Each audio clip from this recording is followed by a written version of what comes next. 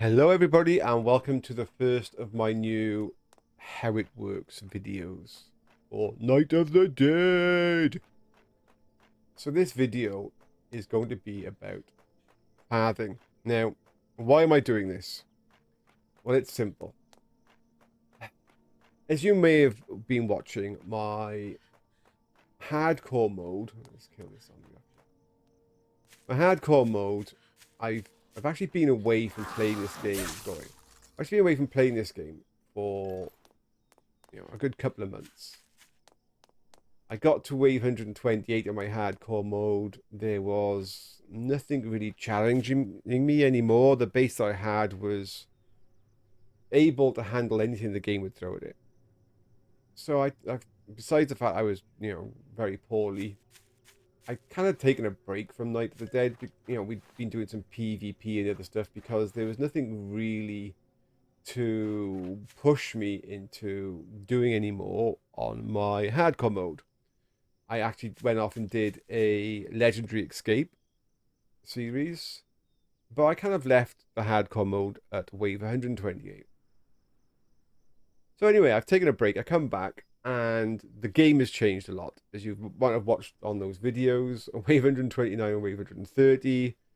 Yeah, there's been so many changes. I mean, you got those massive big zombies. You've got electricity. There's so many things that have happened over the course of my away time that I'm in a position now on my hardcore mode whereby if I carry on, I need to make sure every single hour I spend, in-game hour I spend, has to go towards a progression of a base that's going to be able to take on what the game is throwing me. The last two waves I just did, I'm expending massive amounts of resources just to stay alive. That is not sustainable. I need to make sure that every hour I spend is going in the right direction. Now, the only way I could do that is to question the very fundamentals of the knowledge that I thought I had on the game and revisit the very basics. Let's just go back down to, Night of the Dead 101. And that is pathing. I have to know that pathing hasn't changed. So, what do we know about pathing in the past? Now, pathing is made up of nodes, as to say. Each block is made up of a 10 by 10 grid of pathing nodes. Yeah? So you can just imagine these logs, say they were 10 across and 10 down. Every tiny little square in there would be a node. Now, if I was to run from this block to that block, then I would be crossing 10 nodes. However, if there was like another block here, let me just put one down very quickly. If there's another block here, then I'm not going to do full 10 nodes as such because I'd run up these 5, and then in theory, I could do like one on this one, and then I could immediately go into this block. So you couldn't say that this was like 1 block, 2 blocks, 3 blocks, so it's 30 nodes, when in reality that would be, from end to end, it would be 21. So pathing, as I always known it, was a 500 node limit, which, to make things easier, we always equate down to 50 blocks. 50 blocks is the maximum a zombie will path before it just doesn't path.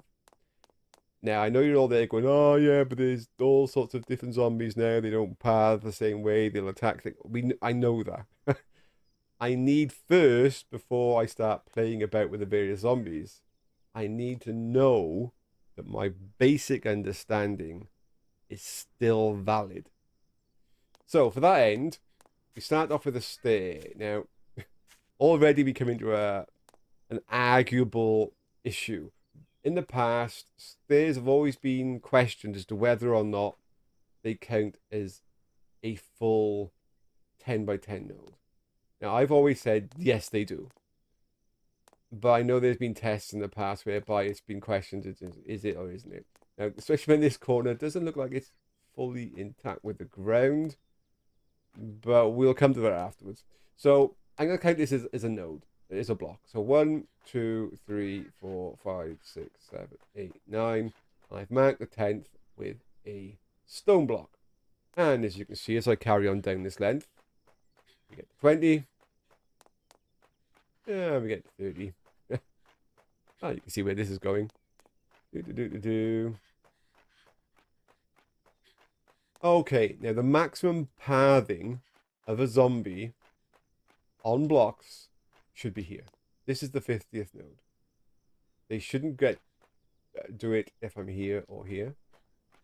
Likewise, in this little area I've got so I can build some things, I've put down stone blocks to say this is the 50th node via another path. I mean, technically, as I said, it's a bit shorter because you can take that thing, but let's not go there. So this is the 50th block, not node, sorry, and this is the 50th block. If I stand here, then they shouldn't path. So that's the assumption based on the rules that used to exist. Now, there's obviously plenty of caveats to that. Now, the first and the biggest one is how far will a zombie go on the world mesh to get to your start? Now, what I mean by that is, this is the world mesh. This is the pre-built world that's non-malleable, that is in the game. It has its own pathing algorithm whereby a zombie can travel for a very long distance to get to you. And the calculation as to whether or not a zombie gives up or not is not based, as far as I can tell, on the world mesh. I mean, there might be game mechanics put in that cause zombies to stop following you or despawn, but it's not to do with, say, that they're on the wave assault, whereby they're going to come and track you down regardless, and they're trying to actually get through 50 blocks. This ground does not count. However, there is a limit to how much ground they will cover to go all the way to that end. So if I was standing on this 50th block and a zombie come down this path, he's probably not going to go, okay, I'm going to go and travel the whole world mesh to go all the way down there to come 50 blocks back, when I can just stand you and smash you. So there are limits, and at some point along this line, we will get to a point whereby zombies will go, yeah, you know what? I'm going to go and run down there and go up the stairs and come after you, because I obviously can't get you here. So I'm not going to attack your base. I'm going to go for a run. I can see a zombie down there now. There's a zombie all the way down there. He's going to come for me. So I'm on the 40th square right now. He should. He's coming down the side because that's where I originally was. So this could be interesting. We can see how far he comes down, because at the moment he's calculated his world mesh towards me, and it looks like he's going to check it. So at several points during the game, it'll carry on pathing along his pathing algorithm, and the game will cycle to stop lag. It won't do it like constantly. It'll cycle every now and again and say, okay, can you check your pathing algorithm to see if it's still valid? So yeah, he's recalculated his path and he's coming down here. Now, I was standing on the 40th at that point. So we know that the 40th square is fine. So let's just try these things. So on the 40th,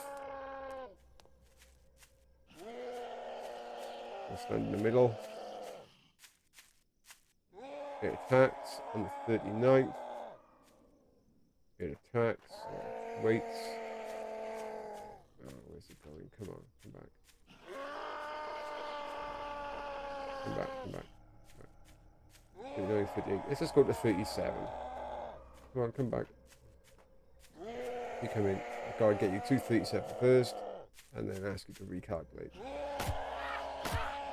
No, 36. Yes. So, yeah, on the 36th, guy going out. On the 36th, they will recalculate the world mesh. So that's a really... I'm going to shut this guy up now. Right, that's a really useful piece of information to know. Because that means that if I do things based on the 36th distance, like if I had a base that was in 36, then anything that approached the edges of that, even this close, as long as it hasn't got special abilities, will recalculate and path all the way to the end.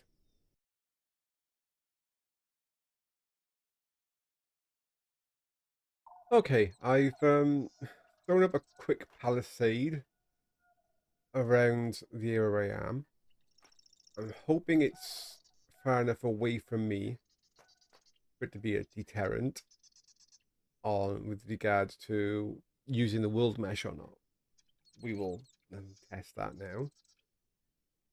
I've added some complexity to the issue, and that is the fact that there's a trap down there. The trap shouldn't cause any pathing issues. It's not blocking the pathway in any way, shape, or form. Some traps can, but the cutter shouldn't. Secondly, I've added lights. Some lights just so I can see what's going on.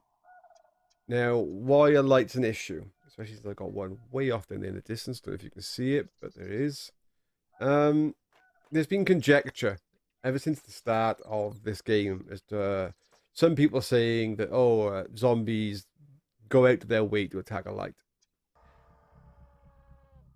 But that argument has never really been resolved. I've never tested to the point whether or not I could say for definite, yes, they are going for the light rather than something else. So by putting lights out on the walls, I might have added more confusion to the matter. Anyway, we've got a wave started now. Anyway, it's not like wave 2 peaceful, but we'll start testing things out. Like I'll stand on...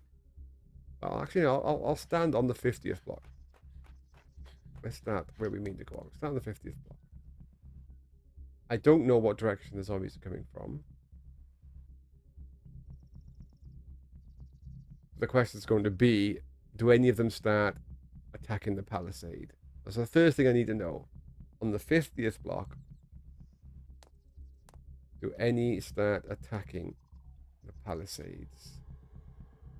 And then how far do I need to move up this pathway for those attacking the palisades decide to go for the long walk?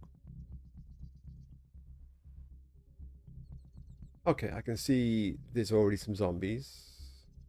You might not be able to see them yet, but there are some zombies heading down the main path. It's difficult to see the light sometimes. But there is one there. Whether or not you ever get to see it before that cutter kills it, it's quite a way off.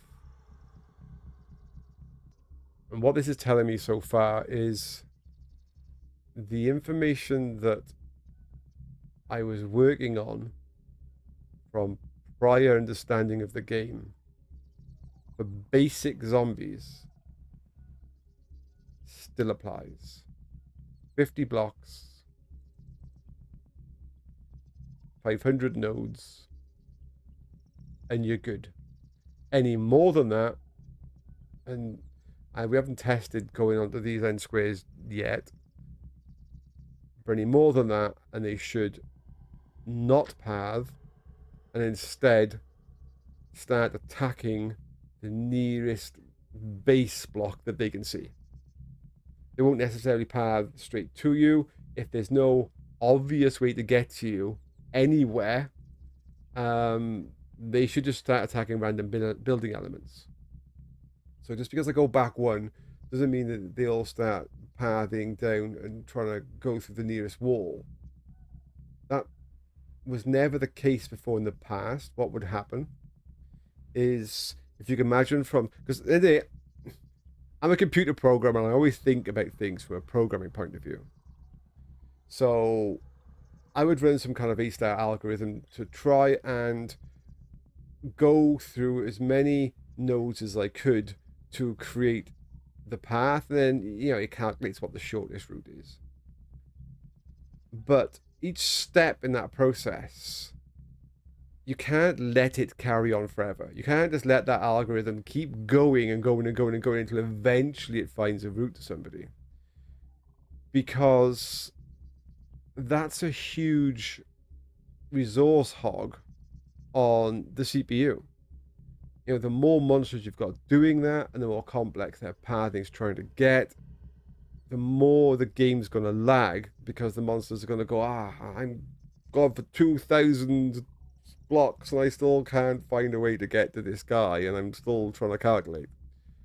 So you, as a programmer, you put in a limiter. You go, right, okay, check for X amount, and then after that amount of time, we're going to get you to do some other AI thing, because you clearly can't find a way to get to the guy. He's hiding inside some box. Yeah. So, by the looks of this, it said, right, do 50 or 500 nodes. After 500 nodes, if you fail to find a bait trap or a player, then do something else. And that something else usually means just go and find the nearest piece of base block that you can see and destroy it. And then after you've destroyed it, you can then try and do a new calculation to say, oh, well, now can I see the guy? So yeah, that's what used to happen, is the moment you went more than 500, they would just start attacking random blocks anywhere and everywhere.